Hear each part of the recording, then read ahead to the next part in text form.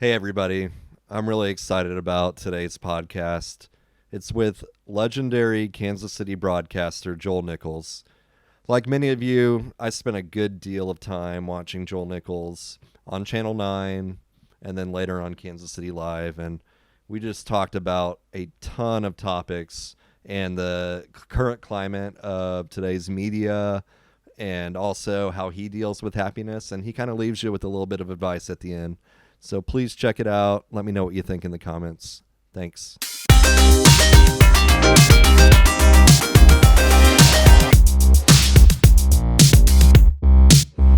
So, all right, we good, George? Joel Nichols. Are we good, George? I like that. That's good. It's a good way to start a podcast. Are we good, George? Good. Welcome to the podcast. Well, thank you. Ingredients it's an to honor Happiness. to be here.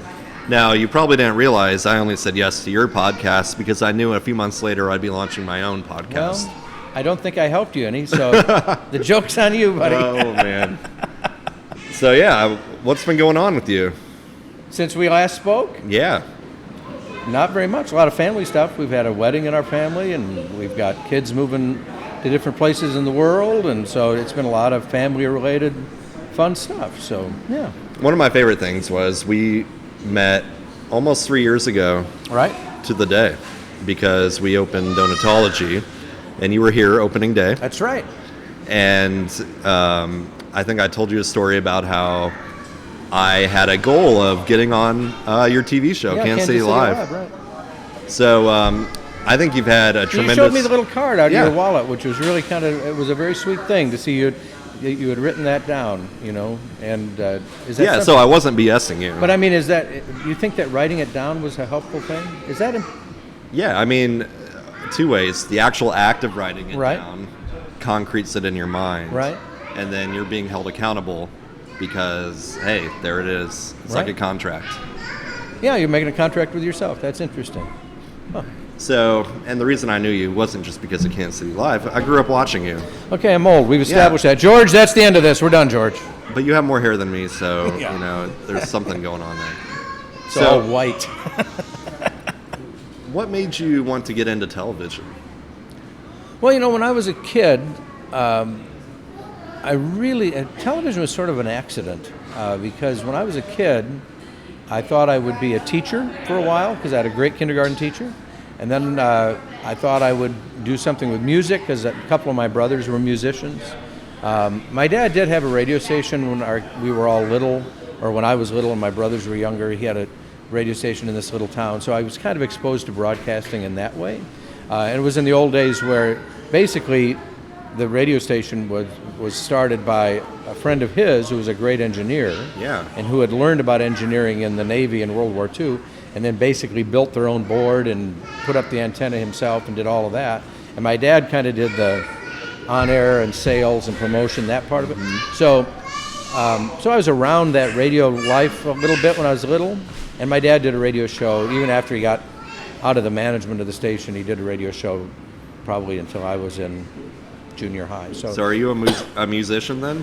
Well, I took piano lessons. I have a brother who was a great drummer, and I have a brother who was a great trumpet guy. And they had a little Tijuana brass band back when Herb Alpert and Tijuana Brass was a big deal. So they did that, and I thought, one thing our mom made us do, she made us do two things. We all had to learn how to swim because we grew up around the lakes and stuff, and she wanted to. Sure. The other thing was everybody had to take some piano lessons. Even if you only did it for 6 months or a year, she just thought that would be a foundation for...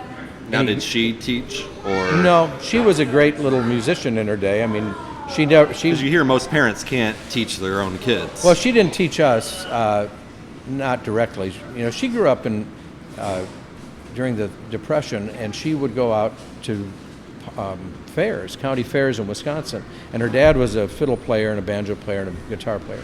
And her dad would put her up on the back of a truck, and she would sing and dance while he played. And they would go from state fairs and carnivals and do that. So she loved music, and she had grown up with music, and she wanted to make sure that my brothers and I all had some sort of foundation in music. So I took piano lessons. I never was very good, but I would try to play. You still play quite a bit, don't you? I feel like I've seen on Facebook or something. I used to use it every now and then Some recitals, for television, Yeah. and I would play on, when I used to do things for Facebook when I was with Kansas City Live, and I would sometimes use the piano there, but it was fun. It was a good thing to have, and all my brothers have it, so that's good. Okay. So then, what was your first TV job then? Well, I tell you, I got out of University of Wisconsin-Madison. I had a degree in education. I was going to teach. Couldn't get a teaching job. Went to work for a state legislator because I've always had an interest in government and politics. So I did that for one term, which is a 2-year term. So I did that, and while I was doing that, the local cable station in Madison, Wisconsin, advertised for, we need volunteers to help us do programming. And if you've ever seen Wayne's World, this is that kind of public access TV. Okay, yeah. And it's not, and this is back when very few people had cable, but the local cable operator wanted to provide some programming. So I went and volunteered. There were probably about a half a dozen of us that volunteered, and I ended up being one of the co-hosts of this live show that was on every Monday night called Good Evening Madison, and we would have guests come in and we would do this live. Never had any big names on it. Didn't even have any big local names on it. I think we had like 3 viewers, and then one of them died, so then we had 2. So we had but we learned a lot. We learned a lot about TV in the old style of television, and then that led to doing some feature stories for a local NBC affiliate in Madison, and that led to doing weekend weather there, and then that kind of, from there, just went to this, whatever this is. And then you moved to Kansas City. Yep. And what was your first station here? Channel 9. Channel 9. KMBC, yep. They had just started a morning news program, which had never been done, right, and never been done in this market. And I was doing weekend weather in Wisconsin, and also a show called PM Magazine. I would do little feature stories for that show. And I never sent in the old days, you would actually send resume tapes. You would have tapes, and you would send them. George is looking at me like I'm from the pre-Jurassic period. But you would actually send tapes. And so I had... Did you have an agent? No, I never could get an agent interested in me. Ever. Really? Nope. I would send things to agents. Friends of mine who are in television would say, hey, my agent's great. Send it to her, send it to him. I would, and I'd get a letter back saying, no, we don't really want you. So that's absolutely true. But so I never ever had an agent. But I never really sent a tape here to Kansas City. But there used to be, and maybe there still are, services that kind of just collect video of people, and then they provide their clients, individual TV stations, with, here's a sample of people doing weather, here's a sample of people doing sports. And somehow my little clip got on that, and Channel 9, the news director there was, good save, we almost had a child knock over the camera.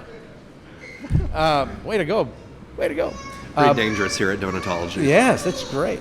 But Channel 9, the news director wanted to start this morning news program, and he did. He started it originally with Marie Antonia and Brian Busby, and Busby was fairly new to the market at that time, but he had Brian do it until they could get somebody to come here and do it as a job. And so I had a contract in Wisconsin, but when that contract was up, I moved here, and then Maria and I did First News, and we were the first ones on the air with a morning news program, which let's talk about weather. You're not a meteorologist. Nope, right? I'm not. In fact, when I went to the University of Wisconsin, Madison, the only course in 4 years that I ever dropped was meteorology. I took meteorology because you needed. Sounds like a pretty good qualification to get on TV and talk about it. It was a breadth. You had to have. It was called a breadth requirement. You had to take so many science courses, and so I took meteorology, and I took the 6-week exam and didn't do well on it. And I thought, I'll take something else. So I dropped that.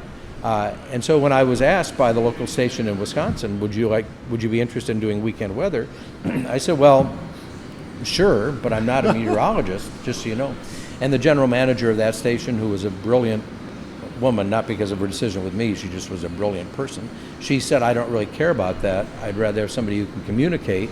Okay. And you can learn the weather, that you can learn it as you're doing it. Plus, I grew up in Wisconsin, so I kind of knew what the weather was going to be like. So, did you ever have any moments, though, where you're like, I have no idea what I'm talking about right now? No, every day, including right now. I feel that way right now. Right now, yeah. But the idea was communicate it well, which maybe I did or maybe I didn't. But so no, I don't have a meteorology degree. My degree's in education. I don't have a SEAL. They do the AMS. I don't have any of that. So, I mean, that's really not a requirement? It is now. I wouldn't be able to get a job now. I mean, did you ever cover on the evening shifts? I imagine Sure. like morning weather, you're not dealing with a severe threat, right? Because that typically occurs in the afternoon. Your odds are that it's not going to be severe. You have a lot of storms in the morning sometimes, but they're not necessarily severe. But my thing was, can you communicate what's going to happen that day? And because I didn't have the scientific background, I tended to make my forecasts very people-centric. So I had kids of my own, so I'd say, hey, if you're heading out to soccer practice, this is going to happen. Mm-hmm. Or if you're getting up this morning, your kids have to be at swimming lessons this morning, this is going to happen. Yeah, you're not getting all caught up in the dew point. I didn't talk a lot about isobars, or convective this or that. And not to say that's not important, but that wasn't what I knew. So I used to just kind of say, okay, here's, if your kids have swimming lessons like this time of the year, the summertime of the year, if your kids have swimming lessons, you might have a delay because there's lightning 20 minutes away. So, and it wasn't because I was, brilliant. It's because that's the only way I knew it. So, and in the years that I did weather, that's what I always did. So when you were at Channel 9, did you do weather the entire time you were there, or? Yeah, I always did weather there. I did weather in the mornings. I'd fill in for Brian at night when he was off. And there was a period of time where Busby and I were the only two people. We did have a weekend weather person, but he was not, for a certain period of time, he didn't live here in town. And for a different weekend weather person was always very busy with his other work. So Brian and I oftentimes would do like split shifts if one of us had off. So we'd have to do the mornings and then come back in the evenings. So what time do you have to go into work? Well, when I first started doing First News, we used to go on at 6:30 in the morning. By the time I quit doing morning news, we were going on at like 4:30 in the morning. Oh, wow. So, and every time they'd move it up a half hour, the news director at Channel 9 in particular, he would say, hey, Maria, Joel, we're going to move this up a half hour. And Maria and Joel would go, no, bad idea. But then he was always right in that there was always an audience there. I mean, it was kind of fascinating that, people are getting up really, really early, earlier and earlier. And so if you had to be on at 4:30, does that mean you had to arrive 4:29? No, 2:30. Oh my Between goodness. 2 and 2:30. So I would get up the last few years that I did weather at Channel 9, I'd probably get up around 1 o'clock and go in. Now, but I've heard that, having a family and being on TV early in the morning is better than being on late at night, right? I think it is, yeah, absolutely. Then you have your evenings You bet. to attend those special events that Right. you might be a little tired the next day, if you had to go to a band recital or a Right. choir concert. I think that if you have kids and you're in television, that early morning shift is not a bad deal. You just have to make up your mind you're always going to be tired, and you're always going to be a little irrational, and things are going to bother you more because you're tired. And as long as you have a brilliant spouse, like my wife is brilliant, and she would say, And was she working at the time? she wasn't teaching yet. When we had all our kids, she started teaching kind of part-time by the time our youngest son, our fourth. Because raising 4 kids is not an easy feat. But she would say, Joel, whatever you're upset about is probably not as big a deal as you're thinking it is because you're exhausted. And she was always right. So that's really good advice. I mean, it really was absolutely true. And my kids were smart in that they figured out that 3 p.m. dad was irrational because 3 p.m. dad was really tired. And so I have 4 children. I have 2 older sons, a daughter, and then a younger son. And my older sons were convinced that I liked the youngest son best, which was true. But yeah, absolutely. The baby, right? But so at 3 in the afternoon, when they would all be home from school, if something was broken or if something wasn't going well that they needed help with, they would always send Harry and send in the young, because I would never get mad at him. They're smart. The 2 older boys knew I'll probably get really upset with you, but they'd send in the baby because I wouldn't get as mad at it. But so I liked being home in the afternoons. I liked being home at night. I liked having my weekends, even if I wasn't always all there. At least I was there. Sure thing. So that was good. So how many years then were you at Channel 9? Let's see, over 25. Now, in my extensive research for this podcast... Yes, which you did none of. That's not true. I did You've One been Piece. traveling everywhere. You went to Iceland. You went to the Rockies. Yeah, you know. You're a highfalutin, high-powered businessman. Yeah, maybe so. Everything you touch turns to gold, Andrew. That's not true. But I stumbled across this Facebook group with thousands of people in it Yeah. saying, whatever happened to Joel Nichols? Like, it was a Joel Nichols support group. Yeah, and I need all the support I can get. You know, after your exit from Channel 9. I mean, I'm not trying to, like, drudge up the past here or anything, but that's not everyone has a Facebook group with thousands of people. Well, people were very kind. At Channel 9, I was there a long time. Had a lot of fun there. I had the opportunity to do a kids show. In addition to weather, I did a kids show, I did an interview show, I did public affairs show, I did feature stories about all kinds of places, you know, cool places like Donatology. If it had been up and running at that time, I would have done that feature story. So I had a great opportunity there to do a lot of interesting things, meet a lot of interesting people. And toward the end of that time, the idea was kind of floated that my schedule would change and I would start working nights instead of early mornings, and I'd almost exclusively done early mornings.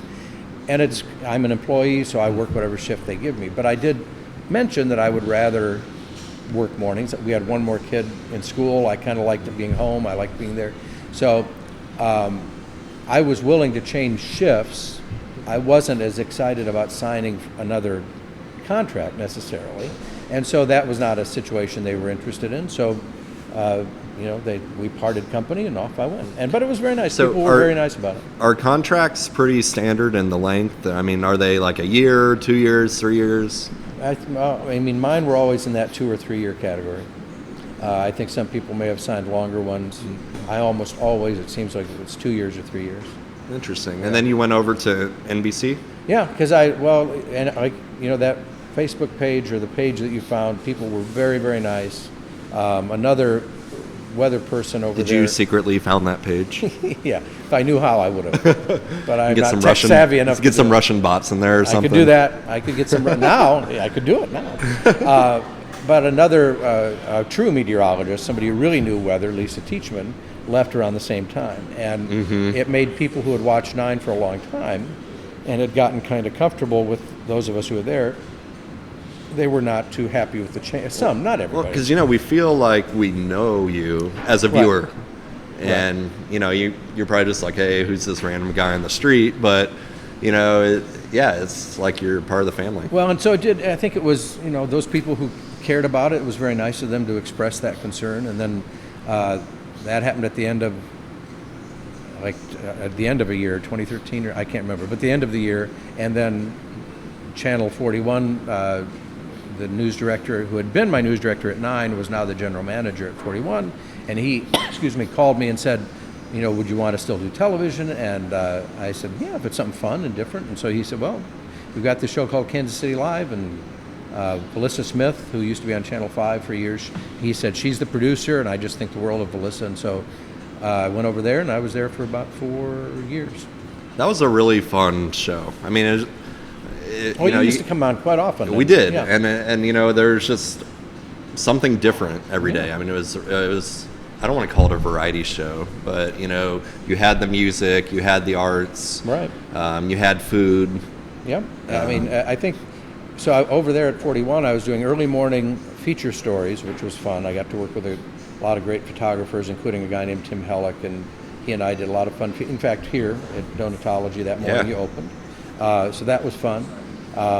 And then I would go back and we would get ready to do our Kansas City Live show. And like for Melissa Smith and the others who were producers, that is really a challenging show to do, that kind of show. Because with news, to a certain degree, your half hour or your hour of news, or in the morning, your 4.5 hours, it's sort of laid out for you. Because what's going to happen, like when Quentin Lucas is inaugurated, that's going to be part of your rundown. Yeah, the content is pretty much... So the content is kind of there. With a show like Kansas City Live, especially the way Melissa wanted to do it, you're really feeding the beast every day. You're trying to come up with new things and fun things and try this and try that. And she was a great producer for that, but it's a job. What was one of your more... Do you have any, funny gaffes or My whole life has been a funny awkward gaffe, moments on TV. It's that one long blooper. That's my whole career. live TV, right? Stuff happens. It does, and I like live TV a lot. I like that, and for that reason. Well, in the first week that I was doing Kansas City Live, I think it was the first week, we had we were talking about a circus coming to town. Okay. And it might have been the Russian circus, or I can't remember why they were in town, but some circus was coming to town, and they were going to bring in some hand balancers, Polish hand balancers, to demonstrate. And this was basically like a guy that would lay on the floor and hold his hands up, and the other guy would then balance on his hands on top. It's really phenomenal, and they're great athletes, and it's really pretty cool. And so they came in and said, and our producer, Melissa, said, now Joel, see if they can do something with you that you could be a part of. Oh, God. And I said, all right. So it's because you're the new guy, right? He doesn't know any better. Well, I also was the guy that over the years I did a lot of stuff. For feature stories and live shots, I was always kind of open to doing whatever. The stupider I could look, the better I went. So hey, anything for the ratings. Anything, yeah. So I said, all right. So I went and talked to these two guys, and he said, okay, because they had done a lot of television at other places, so they knew exactly what they were going to do. Yeah. We're going to have you lie on the ground and hold your two hands up, and then this other fellow, the smaller fellow, will balance on your two hands. And I said, great. And I said, I'm weak and old. And they said, we don't care. So they did it. We did it in rehearsal, and the one guy was holding the other guy a little bit, and then kind of let go of him, and it wasn't too bad. And I said, okay. He said, is that about what it's going to be like? Oh, yeah, that's what it's going to be like. And he said, and then we'll try to let go with one hand. I said, don't do that. I said, I think that the two hands is about the most I can handle, and if you let go and I've got to balance you with one hand, I don't really think I'm ready to do that. So anyway, the show starts, and I'm in the other studio, and we're about to do this live segment about these hand balancers, and I lie down, and the guy, the little guy gets on my hands, and then... Are you doing this all in like a full suit? Oh, yeah, I got my suit on. Absolutely. Because I had left my leotard in the car. And my sequins were not ready for that show. But I was sitting there with my hands up, and the little guy gets up there, and he's balancing. Well, but then the big guy let go of the little guy, so now I have the full weight, which I had not had during rehearsal. Oh, I thought, goodness. Wow, this is a lot more weight than I thought it would be. And so my arms are starting to quiver a little. Then the guy decides to do the one hand thing. And I'm thinking, I don't think we should do this, but he takes his hand away for just a little while and brings it back. And in the moment that he took the hand away, I could hear stuff in my other hand go. So do you have some like workers' comp recurring pain? It just, here's the thing. So that happens, I make a joke to the guy, I'll never play the violin again. And he laughs and goes, and he grabs that hand and shakes it really hard. And so my hand is kind of killing me and so during the break, some of the guys on the crew, the men and women on the crew, found me some gaffer's tape. Basically, we taped my hand up, and basically I'd broken like little bones in my hand. Oh, so you did have to go get it checked out? I never got it checked. One of my sons was kind of into an EMT firefighter phase at that point, and he looked at it and he said, I think you got some broken bones in there, and you probably should at least get something to mobilize it, immobilize it, I should say. And then later I had to go to a doctor for a different situation, and I said, look at this hand. And he said, yeah, I think you broke some bones in it. So I had to be careful for a while with it, but there's not a lot you can do. You just have to let it kind of heal. But that was all live TV, and it was hilarious, and there's still a picture floating around somewhere on the internet of me trying to hold up this guy in sequins. You know what? George will find that, and we're going to put that up on our podcast. You can find it. I've found it before. People have sent it to me, so it's somewhere. So that was kind of, from the Kansas City Live days, that was something that always comes to mind because it happened right there. Now, our podcast is about happiness, and unfortunately, in the news, happiness doesn't really drive the bus. Right. It's murders and just terrible things that happen to people. Right. So how do you maintain, happiness when you're having to talk about some things that are not really pleasant? Well, I always kind of thought part of my job, since I did weather and feature stories, that kind of part of my job was to leaven some of that. Yes. Because the fact of the matter is that usually the definition of news oftentimes is something bad happen. I mean, Yep. news can be something great happen that's out of the ordinary, but often it's something bad happen. So I always kind of felt that part of the job for me was to just lighten things just a little bit, if possible. And so in the course of my years in Kansas City, I read some serious stories now and then when an anchor wasn't there. I did one really serious story out of 30 years, and that was the day that the firefighters were killed in the explosion in 1988, I guess, out near Bannister. And the firefighters were killed, and all of us that day did serious stories because it was a terribly sad, serious day. But most of my stories were meant to be fun or interesting or uplifting in some way, maybe. Yeah, I mean, you're kind of the lucky guy at the Yeah. at the studio. You got to. So I heard all the bad news, and I did come to kind of think, very little good happens in any place after about 2 in the morning. Sure. I mean, you'd listen to the scanners overnight, because I was there all overnight. And when you listen to the scanners, and I would tell my kids that as they were growing up, just so you know, very little good stuff happens after about 2 in the morning, just so you know that. So be aware of that. But I've talked to people who have to report it, and some of them end up getting out of it because it's just enough is enough, and they just can't take one more sad story.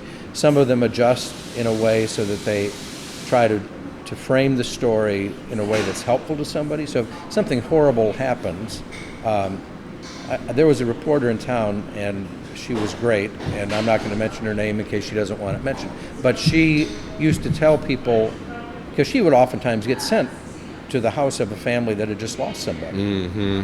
And it's not like the movies where you see people pounding on the door and being rude, but she'd have to go to the door, and she always... And try to get a comment Right. from maybe a mother who just lost her Right. son and it's to a a murder. terrible thing, Yeah. but she found a way to do it that I thought was hopeful. And she would go and say, I am so-and-so from Channel 9. We don't want to bother you. We don't want to intrude.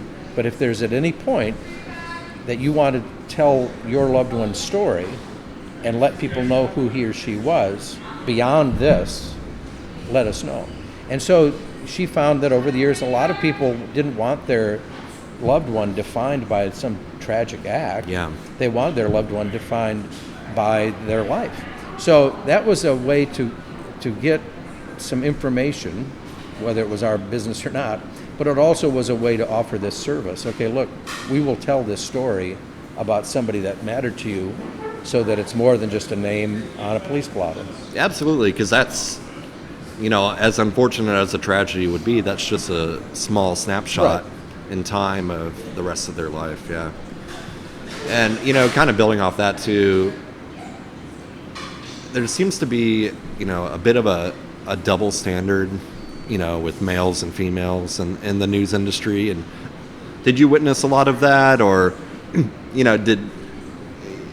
did viewers call in and say, hey, Joel, we didn't like the tie you were wearing today? Well, here's the thing. There is a double standard when it comes to things like that. Oftentimes, and it's much more prevalent now because it is so easy for somebody to text or email and hit send. I mean, it doesn't take a lot of thought. Yeah. So people can, I was very lucky. People were very kind to me, but I know people who would get done with a newscast, have a great newscast, do great stories, do it very well, and then the first message, whether it was an email or a phone call or whatever it is, why'd you wear that? Why's your hair this way? And more often than not, by far, it had to do with the female on-air people, not the male on-air people. And oftentimes, it came from female viewers. In fact, I would say almost always, a female viewer was more critical of what somebody wore or hair or whatever. And I think I worked with somebody who was just wonderful, easy to work with, funny, great person, very kind. And for a period of time, she had to wear glasses. She hadn't worn glasses on air before, but she had to wear glasses for an eye thing. And so she got some nice looking glasses and wore them. And she got one email from somebody. It was just, if you think you look cool in those, you're wrong. I mean, wow. Really. And to her credit, she responded, well, here's why I'm wearing them. thank you for watching. I mean, she was very kind-hearted in her response. And I mean, what do you think? What are people doing when they do that? Are they projecting their own insecurities onto them? Possible, in some cases that they're just a little insecure about their own, for lack of a better word, appearance or whatever. Yeah. Or they just maybe it's because they feel invested, not unlike what we were talking about before, where you grow up watching people and you feel like you're kind of a part of my family and I can say what I want. My kids used to, and my wife did this too, but when we would be somewhere in public as a family, they would kind of hang behind me a little bit, and I would get kind of, come on, you guys, let's go. Yeah. But I found out that part of the reason they did it was because it was kind of fun for them, for people to walk by me and then say something once they got by me, like, wow, he's not nearly as fat in person, or wow, he really is losing his hair. I mean, they would hear stuff about me after I'd passed, and then they would all hear it and laugh about it. So, and I've always thought that part of it too is that if you're on television long enough, people do kind of think you're part of the family or you're part of their day. Or sometimes they rationalize it, oh, Joel makes the big bucks because he's on TV. Now, from what I've heard, that's a pretty big myth in terms of salary for people on television. I think that, there's a few that probably do really well. Fewer and fewer, actually. I mean, the market has changed dramatically because of YouTube and the internet and a lot of other places people can get their information now. But I think that that is a fallacy to the great extent, because people, I used to tell my students when I would teach broadcasting, don't go into it think you're going to make a lot of money, maybe ever, but certainly not right away. And I don't know what the starting salary is for a reporter now, but it wasn't that long ago. Starting salary in a smaller market is, $20,000, $22,000, $25,000. It's not a lot of money. Yeah, I mean, that's pretty hard to live on, especially if you got a family. And for people in a market this size, yes, there have been people over the years that got paid very, very well for what they did. But that number is so much smaller now. They probably had agents too, right? Well, and they probably had agents. But also, when you only had, for a while in Kansas City, for a long time, you only had 3 places to get your news. You had the Star or the Kansas City Times, but as far as television, you had 9, 5, and 4. That was it for a long time. Yeah. So even 41 didn't really have news. So if you're one of 3 people who's the anchor, man or woman, of the 10 o'clock news, where you're getting, and especially if you're the number 1 station like Channel 9 was for a long time, and you're getting out of the 1.5 million people that could watch, you're getting 500,000 people on a given 10 o'clock newscast, you can demand quite a bit of money. But now... So you're saying Larry Moore did all right? Larry deservedly did fine. But I think that if you look at it now, you can get your information from everywhere. When I would ask my students 25 years ago at Johnson County Community College, where do you get your local news? It would be kind of spread between 4, 5, and 9. Oh, my mom and dad, we always watch Larry on Channel 9, or we love Wendell Anschutz on Channel 5. They would know the name and they would know the channel. Yep. Now when I ask them, where do you get your local news? Nobody, well, I shouldn't say nobody, but almost nobody says any local channel. They don't really know. They say a website. They might say a website. They'll hold up their phones and say, this is where I get it. They're not watching the 10 o'clock news or the morning news in the way that they used to. So commensurately, your pay is going to be different if you're reaching fewer people. But, okay, I know we're talking about serious things here, and on a happiness podcast. Happiness! I'm your most happy podcast, and very proud of it. Hey, you gotta get something right? So, what do you make though of this whole fake news thing? And I mean, do you feel like the dynamics of media has changed? I mean, obviously the way that people consume the content's changed, but has there always been agendas? 'Cause I feel like every day on Facebook, I see someone share like a Walter Cronkite meme about, hey, well, back then they just read the news, they didn't inject their opinion into it. Do you feel like that has really changed, or has it always been sort of, has there always been some sort of aspect of yellow journalism? I think we have more information coming at us than any other time, and we may still be the least informed than we've been at any other time. Yeah. And I think that we can become victims of our own echo chambers sometimes, where if all you want to know about is sports, that's all you ever really have to look at. Sure. If all you want to know about is a left-wing or right-wing perspective on something, you can find all those sites yourself. You never have to listen to anybody else.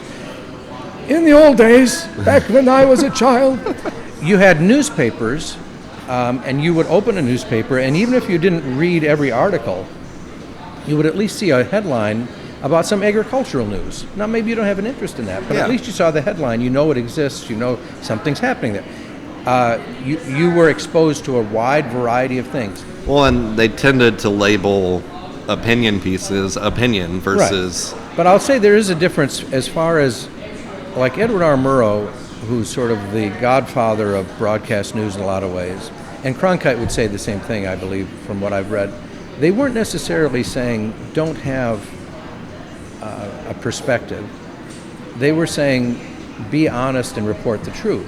So, I just read this the other day, and it's an old trope, but if you're sitting here at Donatology with these beautiful windows looking out, and it's pouring, and somebody walks in and says, it's not raining, you are not at all responsible for reporting the person who came in and said it's not raining, because you can look and say, no, it's raining. That's the truth. The truth is it's raining. So we shouldn't have this false equivalency that everything, even things that are demonstrably untrue, need to be out there at the same level as things that we know are true. So, I mean, when Murrow decided that Joe McCarthy was hurting the country, he reported it, and he didn't, in his first initial report on McCarthy, he basically let McCarthy's own words say it for him. Yeah. When Cronkite went to Vietnam, and Cronkite had been, if anything, supportive of the war effort in Vietnam, when he went there for himself, came back and did a special, basically saying, no, we're not going to win that war, we're being lied to. So, and that's when LBJ looked at the television in the White House and said, well, if I've lost Cronkite, I've lost America. But Cronkite said, here's what I am reporting to you factually. This is what is happening. So it wasn't necessarily having an opinion. He was just saying, this is what the truth is. The truth is, this is what's happening. Yeah. So I think that we need to be careful not to say everything is equivalent, everything is equal.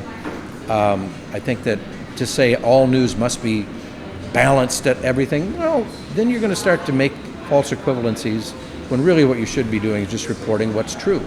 Now, can there, everybody's, the old saying, everybody's entitled to their own opinion, but not their own facts. Certain facts are facts. Yeah. So if you stay in that lane, maybe we would be informed despite everything that's coming at us. So, I mean, with that's a great answer, but in a one-word answer, journalism hasn't changed. Is that what I just heard? It has. I think it has changed. I think that it. But in terms of hey, we're here to report the facts. What it should be, I don't think has. What I think journalism should be has not changed. But what it, there's been a mixing of entertainment and journalism, which isn't all bad if it gets people to watch. I understand that. And this false equivalency thing, that's a little different maybe than it used to be, but I think that what journalism could be and should be hasn't changed. And I'll also say, I'll give a little plug for most local journalists I think are really trying to do just that. They really don't have a bias.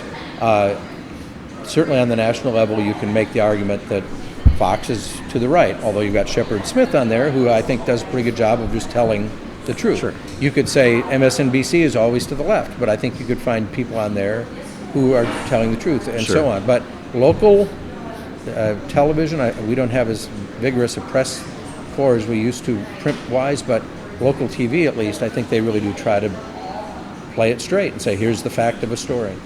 Yeah, I agree. I think the local news, tends to be pretty unbiased. I think they try that. I think Although they you really can do. kind of, if you tend to lean one way or the other on a political issue, you can always usually find something wrong with Sure. the way that they report it. Sure, absolutely. I mean, Yeah, it's just it's really interesting if you dig into comments sections on articles. They're never really positive things, but how do you how do you let the negative comments like that affect you? I mean, it sounds like to me like you didn't have to deal with that a ton. Not a lot. I had people that I've worked with who certainly faced far more of that than I ever did, and some people even to the point of their physical safety being in question, which I never did. I had, I would get back in the days when people would write letters. I got a letter once from somebody saying, I really enjoy watching you even though you've gained a lot of weight. And so that's fine. Whatever. Every time my wife and I had a baby, I'd gain 10 pounds. I just never lost it. We had 4 babies. You gotta do that for the wife. Yeah, she always lost it. I never did. But that's why I own donut shops. Well, that's a good idea. They expect me to gain weight. See what you're doing? It's a smart move on your part. But I did have there used to be something at Channel 9, and I think it was called Talkback or something like that. But you could call a number from your landline in the old days. Landline. But you could call a number and you could say, "Landline, George." It was a phone that was connected to the wall. George is 12. Sometimes you had to put quarters in. The person who's doing all the technical work here, George, is 12 years old, and I don't understand how he got this. It's all we could afford. He's paid in donuts. We love George, for the record. George is great. But there was this thing called Talkback. I think it was called Talkback. Something like that. And you could call up and you could leave a message on saying what you liked or didn't like about Channel 9. And then they would listen to it and make transcripts. And the idea generally... So did you get to listen to it, or is this like a management thing? You weren't supposed to. The transcripts would come out, and they were supposed to basically be with management. And some of the information was, I missed such and such a show. Why isn't it on the air anymore? Sure. Or, every now and then you might see something sort of political, like, I think you're favoring this person over that person. And that would go to the news director. Did you have your friends call in and say, "Hey, man, Joel is amazing"? But you weren't supposed to see them. But anyway, I saw these things. In fact, they got left out, and there was one that said, "Everybody at Channel 9 is very professional, and I really enjoy watching, except Joel Nichols." Everyone except you. Except Joel Nichols, who is a clown and should not have a job there. I mean, were they wrong, though, about the clown part? They had a phone number and a name. So because I was young and thought I knew everything... you called them. I called them. And of course you did. It got to be the middle of the morning, and I figured, got done with our morning news, and I called. You should have called at 4:30. I mean, you're in work. But a very nice woman answered, and I said, "Hello, did you recently call the Channel 9 Talk?" "Yes, I did." And I said, "Did you say Joel Nichols did that?" And she said, "Yes, I did." And I thought, I'm going to get her. I'm going to tell her this is Joel Nichols. And I said, "Well, this is Joel Nichols." And she said, "Well, you are a clown and you should be fired." I said, "Thanks, Mom," and hung up. But no, but I said... But she wasn't afraid to tell you. No, not at all. And That's she really felt that way. And I said, "Well, I was a little taken aback because I thought I'm going to tell her." But she stuck to her guns, God bless her. And I said, "Well," she said, "Well, the stories you do aren't serious, and when you're there with Maria in the mornings, you're not serious enough." And I said, "Well, by that time, I said, well, I appreciate your comments and thank you for whatever." But that was the most direct thing. I mean, you tend to have a lot of self-awareness, though, and is it because you're not afraid to call up someone like that? Well, but that was, I really shouldn't have. And not long after that happened, we quit seeing them because they didn't want anybody. Because if you're an on-air person and your ego is some egos for on-air people can be a little bit tender, and so it could either, if you read a bunch of things saying how great you were, you could become a problem. And if you read things like that one, you could become a problem. But the truth of the matter is that most people, I know that there are many, many, many people who watched over the years who couldn't stand me, just couldn't stand me. Thought I was ridiculous and not very funny. And is that where the self-deprecating humor comes from? Reality? It's called reality. No. But I think that, I know that. I know that for a fact there are a lot of people who would watch and go, "He's not very funny, and who does he think he is? He's not funny, you should stop it." And I understand that, and I don't think they were completely wrong. But by and large, compared to the people I've worked with, people were pretty easy on me. Yeah, and I think that's an important lesson about happiness, though, too, is not to just dwell on the negative. It's pretty easy. Well, you bet it is. We've got a 93% satisfaction rating in my business, but that 7% just keeps me up at night. It drives me nuts. That's interesting. Yeah. Wow. But I need to do a better job of focusing on, hey, 93% love it. Right. So.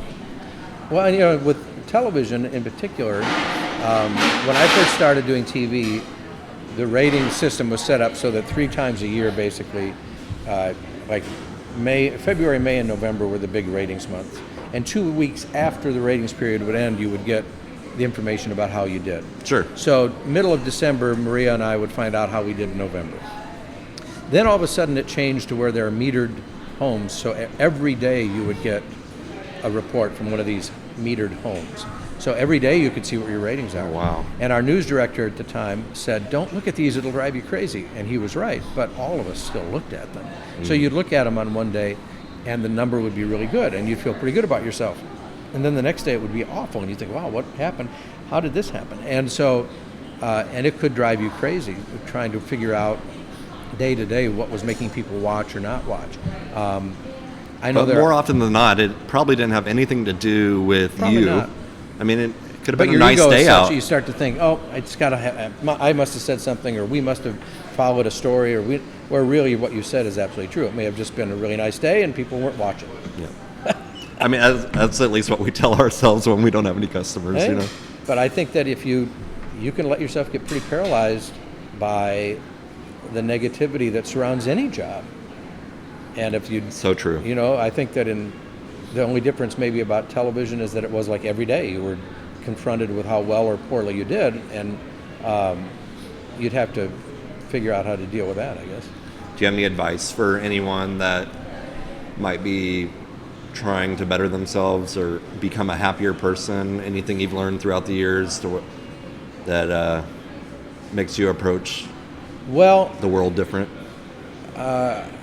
I was told, and this is not a new thing, but I was told there was a fellow named Rabbi Harold Kushner who wrote a book called When Bad Things Happen to Good People. Mm-hmm. Huge bestseller years ago. And I was lucky enough to interview him for my little talk show I think in 2005. He had another book out, and I interviewed him about it. And he said, and he wasn't the first person to say it or whatever, but he said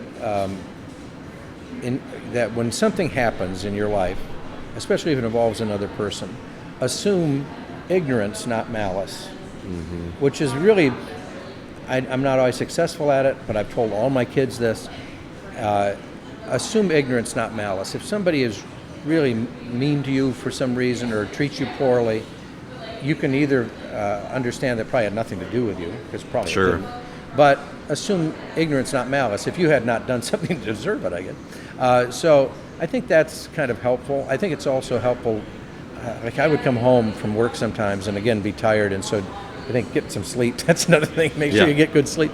And I've got one of my kids who has started an exercise regimen, and it really helps him just feel better about everything. Sure. I mean, so I think there's truth to that too.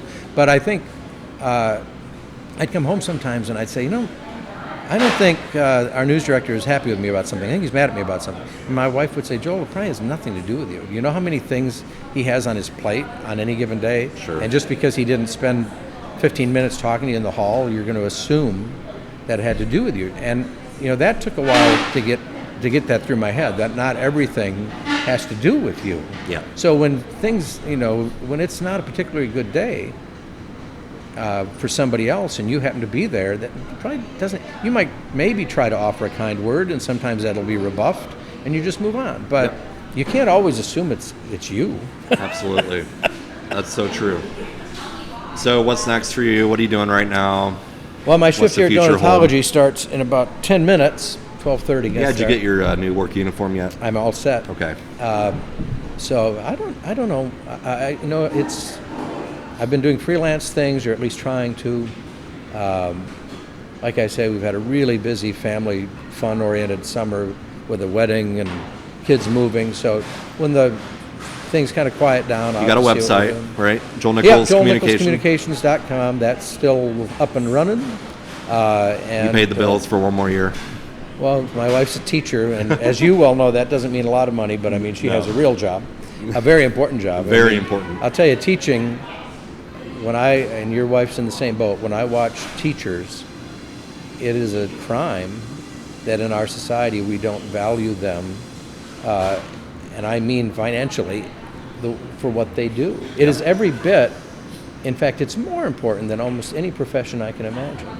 For 7, 8 hours a day, you're handing over your most precious commodity, your child, to this person. And yet, you want to, and not everybody wants to, but some people want to quibble about what you're going to pay them. Makes no sense to me. I mean, no sense to me at all. So I think that when I watch what my wife does and how impactful she is on so many people. But they only work 9 months a year, Joel. Yeah, that's not true.